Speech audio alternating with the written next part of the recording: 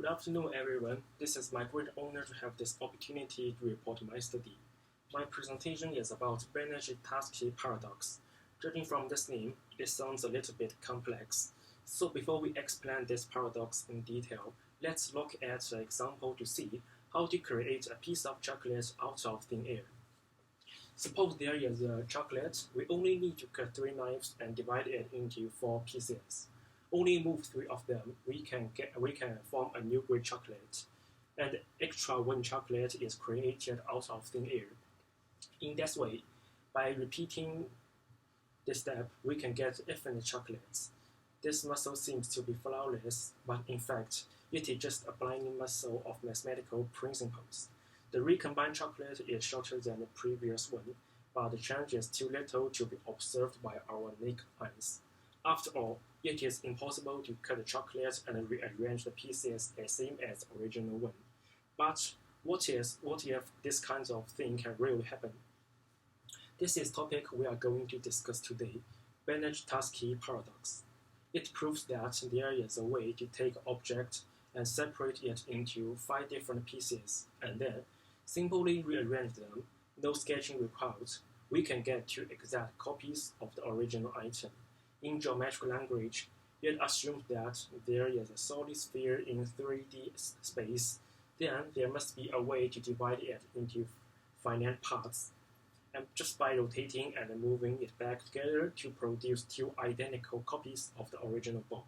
Moreover, the 2 newly generated balls have not only the same volume as the original solid ball, but also have the same properties in density, mass, and so on. In order to understand this process, we also need to understand the meaning of infinity. The Hilbert Hotel paradox provides a good example. Suppose there is a world hotel named Hilbert Hotel. There are countless rooms in this hotel, and each room has a guest. It seems that all rooms are full. However, if a new guest wants to stay in this hotel, then just let the guest in room 1 live in room 2, and guests in room 2 move to room 3, and so on. Since the number of rooms is unlimited, guests are able to stay in the next room. In this way, room 1 becomes empty and the new guest can live in this hotel.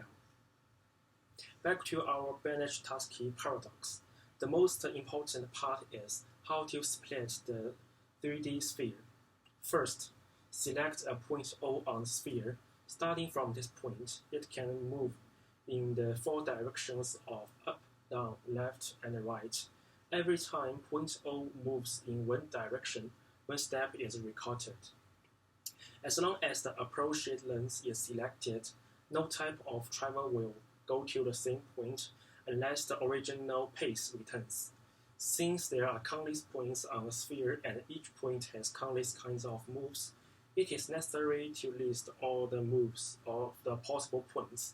In order to describe those points more intuitively, the above sequence needs to be divided into 4 categories, U, D, L, R, and we can give them some color to observe more clearly. In addition to the 4 types of points, there is only the starting point and the pole, repeatedly recorded on the sphere. The pole means that when a certain point reaches the position of the extreme point, there is no up, down, left, or right.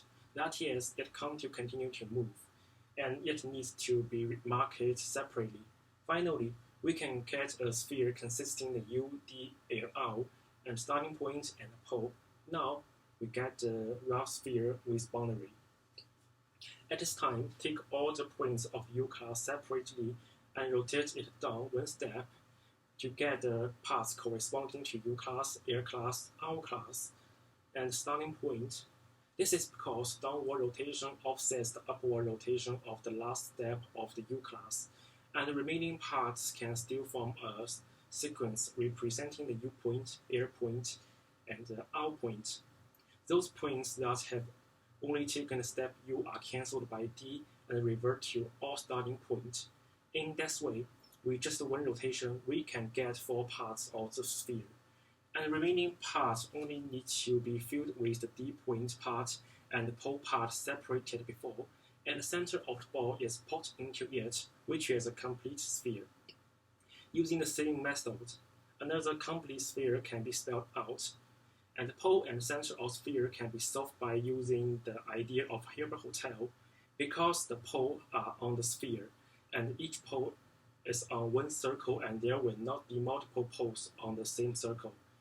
Only need to find another point to split the vacancy of the previous point in order to get a complete sphere. Now, it has been possible to successfully divide one ball into two, and these two newly generated balls is no different from the old one. So far, this theory may be still controversial. Many scientists believe that Banach-Tarski paradox is just a mathematical theory that can't exist in our real world, because it is impossible to divide a ball into infinite sets of points. But some scholars have suggested that the Banach-Tarski paradox may be achievable. Auguste said that teeny particles can become more particles when they experience high energy collisions, which means this paradox may be true in biological and physical fields. In a world, perhaps when humans truly understand the meaning of infinity and apply the concepts of infinity to life, Banach-Tarski paradox can also become a reality. So thank you.